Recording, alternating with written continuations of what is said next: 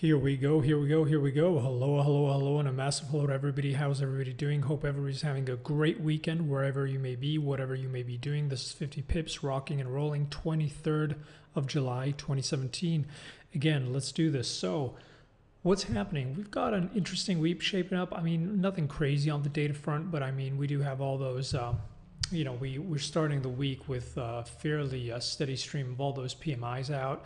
I've got consumer confidence. We've got some data out of Australia. You know, the big day is Wednesday, really, with that FOMC statement, Fed funds rate. But, then durable goods, the weekly jobless numbers. And, it's not a crazy week again, but it should be interesting.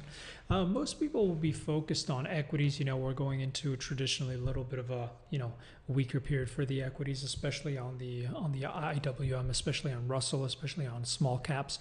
So that'll be interesting. We'll have to see what's going on. But again, nothing crazy. So let's start with SPX. So basically, I think what's interesting here is basically if you see, let's just go back on the chart for a little bit of extra context, right? After the whole wheeling and dealing in 2016, basically the market has been, pretty much on trend, moving up nicely, dips getting bought.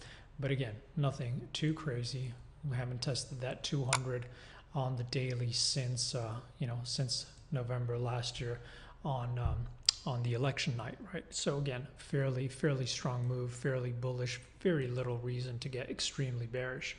Now, what we were discussing is a lot of people are writing in saying, hey, after we've broken up here, we've been consolidating quite some time around the 2400, what are the targets to the upside? Where could we go? Well, of course, the sky is the limit, but what we tried to do to give ourselves some kind of idea of upside targets was basically, we were stuck here for quite some time. As you know, previous resistance, right? If the move is strong, you'd expect it to act as support, right? So also, if you looked at the latest move in terms of action, is we had that big gap down, then we ripped higher, little gap down again, and then bam, we sold off, right? After that, those two gaps there. So what we did is basically we fibbed this whole move, right? The sell-off after having trouble here at resistance. So this move A to B here.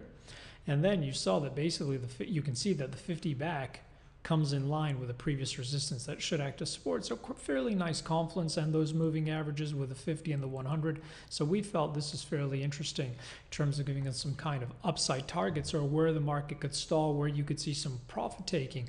And that gave us basically the 123 extension. And then the next leg is that whole 150, 161, which incidentally would give us a pure symmetrical move, right?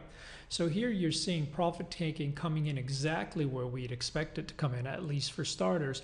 So here, for a healthy little retracement and this to completely stay in trend, you'd spell a little sell-off back into the 50, the 100, catch it. We continue to move higher. We move into the 50, the 61. We come back down. And again, bulls continue having a field day, right? At what point does it get ugly? Well, basically, unless we close back below this 50 back that got bought, back below this previous resistance that is acting as support, well, much to do about nothing. Now, the interesting thing, if we trade back below there this month, what we would recommend is you have to pay attention to the monthly candle, right? Because what that would mean is essentially this monthly candle is back below breakout point, and that would be extremely bearish, extremely ugly. And at that point, you'd expect to see some liquidation. You'd expect to see a lot more shorts coming into the market, et cetera, et cetera. But until you see that, it's very hard to be bearish, right? I mean, you can look for corrective areas. We're definitely not getting long, but that's the way we're looking at it here. Now, another thing we mentioned in the last video, which clearly we were wrong, is we said that we expected last week that there was half wrong, but we thought there was a lot more chance of seeing the VIX up into, 15, 14, 13, 12 into the back end of the week than seeing a daily close below the 9 mark. So that clearly hasn't happened, but we're going to, reiterate exactly the same call. We think there's far more chance to see the off these lows to see the VIX up 30 or 50%, than to see it close below that 9. And to give you an idea, not to go through all the equity charts, but to give you an idea of what we would refer to when we said that monthly on the ES would be fairly brutal, is basically the DAX. Right now, we jokingly we called the DAX broken. Right now, what's really interesting is you see the action is getting very, very heavy. You had a beautiful little reversal here, came back down, and then selling. You see any retracement back here into the 50, and this is continuing down. So our call on the DAX hasn't changed, as we expect to come back down, fill this gap, right? Pretty much 12,000 now, or 12,000, right? So basically that's what we're looking at. And whether you look at the weekly, which is extremely bearish, you see these 2 weeks, two very heavy closes. What the tell for us is clearly the monthly, right? The monthly is extremely heavy, right? That's a very, very ugly close. And that's what we would watch out for in the ES or USPX or any of the US equities.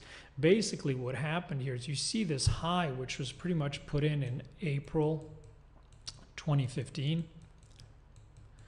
Big high, and basically what happened, we sold off hard. The 50 caught at all this previous levels of support, came in, right? Previous resistance, front run as support, holding the beautiful bullish rotation like you saw in the SPX, and now we've broken new highs, and bam. So essentially from April 2015, it's taken all that time to come in here and muster that breakout, and then we fail. So it doesn't mean that this is going to zero. It doesn't mean that it's the end of the world, but it does mean that most likely here we think the chance of playing for a healthy correction is very interesting now. And even if you're just looking at these highs to hold for a move back into the 50, and this stays in trend, right? And we ultimately keep on going. The sky's the limit. The sky's the limit. Buy, buy, buy, buy, buy. Central bank heaven. Again, it's fairly decent. So this is what we think is very interesting, trades, and we think it could be very interesting if we get that kind of setup on the SPX.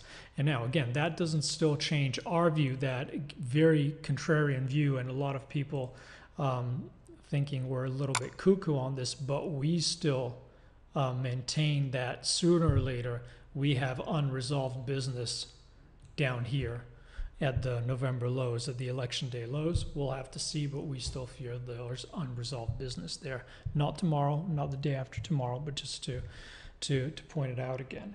The other thing I wanted to mention, which I mentioned on Twitter, is I think if you're trying to get we talked about a lot of the charts being at key inflection points, and basically it's all turning around having to do with the DXY. And the easiest way, a lot of people asking, what do you mean? Well, the easiest way to get a feel for that is just make things very easy. Just put a 200 on your chart, go to the weekly, so a 200 week moving average, and just pull up the DXY, right? And you see what's happening. Well, basically we said last week below 94, we're looking for 91s to come and play as the pain trade extends. And we said there was a chance for the pain trade to reverse into, that whole data stint with Draghi and the BOJ, but hasn't reversed. So here it really looks like the market is going for blood. We're still in seek and destroy mode. And as long as this continues heavy, of course, it'll be healthy to see a bounce, but it does look like we have some unresolved business. So we still think that this is not cheap enough to buy, not expensive enough to sell, but in terms of broader picture, it looks like we have unresolved business at that 200, and that's likely going to be the real interesting point also from a macro level. Like, if we get to, we can play bounce, sell breakouts, but structurally it could really be extremely important for the next moves. And you can see that across the board. Our call last year in December, long euro for a move rotation all the way back into this 200. And let's see if it looks like the platform, this trading view is frozen. Let's see if it can load euro. You see, there we go. Now it gets interesting, right? Euro trying to come back into that 200. Look at the commodity currencies. Look at Aussie. I don't know why this is a little bit slow here. Aussie, right back into that level, right? Is this going to be a big structural breakout, or is it just some corrections that are really going to get sold and they're going to stay on trend? Look at the Kiwi, exactly the same kind of discussion. Look at CAD. We discussed about the pain trade on CAD. So that's likely where the interesting business is going to be done from a bigger structural level. If you're trading intraday, it doesn't make that much of a difference. But from a bigger structural point of view, those are extremely important levels, and it looks like all the charts are trying to get to those. Aussie's already there, so it gets a little bit more interesting. Got a nice opportunity to fade that last week. But again, that's the focus. That's what I think is particularly interesting. And what else have we got? Gold.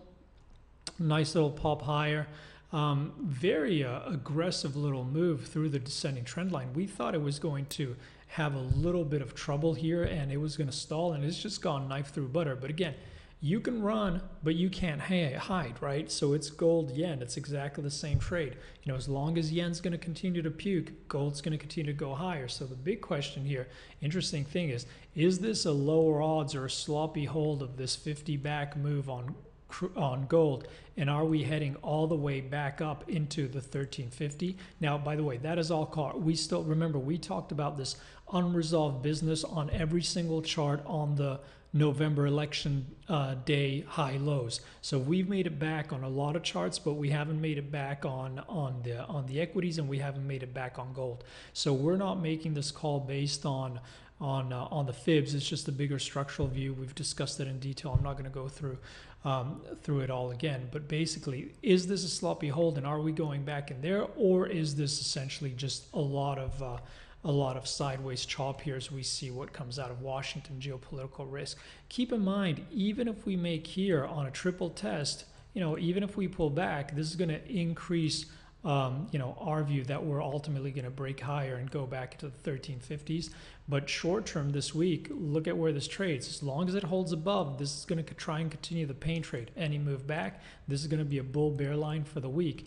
And again, you can run, but you can't hide. It's exactly the same chart on the yen, right? We talked about the fact that for us, the nicest trade was that short off those levels for a quick move back into the 1200, then 112, and then the 112 was the big pivotal level, right? Closed below, heavy for a move all the way back into 110s, 109s, 108s, above, strong bounce. Here, it's looking heavy, so even if you're looking at yen, most likely as long as any bounce into the 112 gets sold, that means gold's got to continue its road higher. But on yen, 112, that's the bull bear line. As long as we're below, it's probably short trade. Back above, time to look for some longs. And speaking of this, before we call it a day, I talked about this. I think it was, again, I forget where I talk about these things, but I'm pretty sure discussed this on the Sunday video a couple of weeks back, saying that for us, a lot of people were writing in saying, what's the best way to get short GPB? And we felt that the best risk reward, the best asymmetric risk reward profile was on getting short GPB JPY. A lot of people were getting excited into those highs, but for us, it looked like it was clearly struggling here, and it was a beautiful little asymmetric opportunity to get short for a move back into either mid, back into this sideways range, or should something silly happen, then you get a very big, you got a correction, you've got a potential for a move all the way back down here, but that's not in the cards for now. The only thing I wanted to mention on this chart is that we feel that, the quick pips are done pretty much in terms of shorter term dynamics, because you see, even though this is a sideways chop zone and this is the big, we need a break and hold outside for the next sustained move. If not, we're still in this sideways range. We're starting to get congested here, right? So it's probably worth starting to manage your trade a little bit more actively into this area, because it's likely going to be a little bit more congested. Guys, thank you so much for sharing. Thank you so much for liking, for the banter. Thanks for all the guys who wrote in on the latest interview on the face interview. That's on the blog. I posted the link. It's on YouTube, not on our YouTube channel. It's on Forex Analytics YouTube channel. But again, if you haven't caught that, you can. I think a lot of people liked it. My pleasure as always. And again, have an awesome week wherever you may be, whatever you may be doing. If there's anything you want me to talk about, hit me up. I'll try and make a longer video sooner or later one of these times, or we'll try and do another live session or something like that. Guys, have an awesome one. Take care. Bye.